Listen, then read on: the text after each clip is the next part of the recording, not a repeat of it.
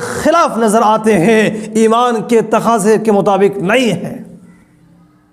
یاد رکھیے میرے دوستو، ایمان کبھی گھٹتا ہے اور ایمان کبھی بڑھتا ہے۔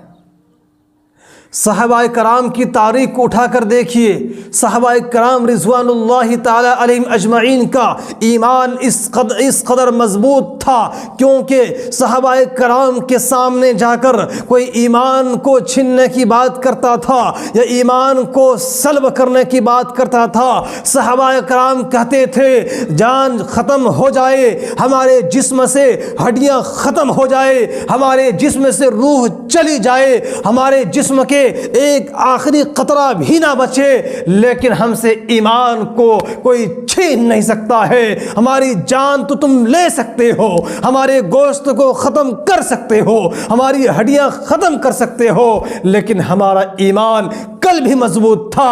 آج بھی یہ مضبوط ہے، اور کل قیامت تک ہی نہیں بلکہ جسم کے اندر جب تک روح باقی رہے گی تک ہمارا ایمان محفوظ رہے گا۔ کیوں صحابہ کرام ایسے کیوں؟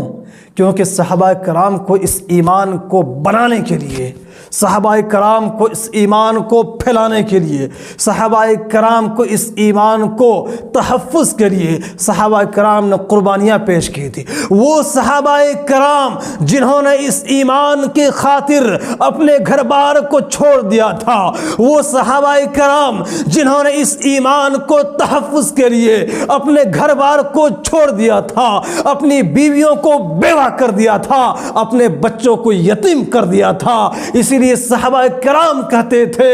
جان تو جا سکتی ہے لیکن ایمان نہیں جانے دیں گے۔ سبحان اللہ۔ آج ایمان ہماری آنکھوں کے سامنے سے لوٹ رہا ہے لیکن ہمارے اور آپ کو فکر نہیں۔ اس کی وجہ یہ ہے کہ ایمان کی خاطر ہم نے قربانیاں نہیں دی، ایمان کی خاطر ہم نے کچھ بھی نہیں کیا، ایمان ہم تک پہنچ گیا ہے لیکن ہمارے